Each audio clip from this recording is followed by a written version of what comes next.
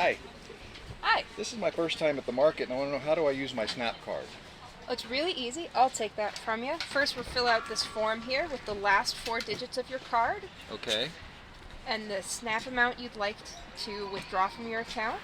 So we can match up to $20. So we recommend customers start with $20 in this column. Okay, I'll do 20. And we'll match, this is our Double Up Food Bucks program, so we'll Okay. match that with 20. Okay. And since it's your first time with us, just put yes in this column here. Okay.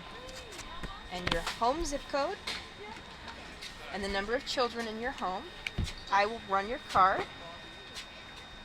Okay. Here's that back. Okay. You can enter your PIN number.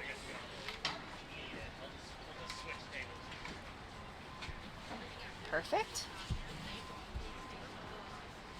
And then once this clears, we will get a receipt for you.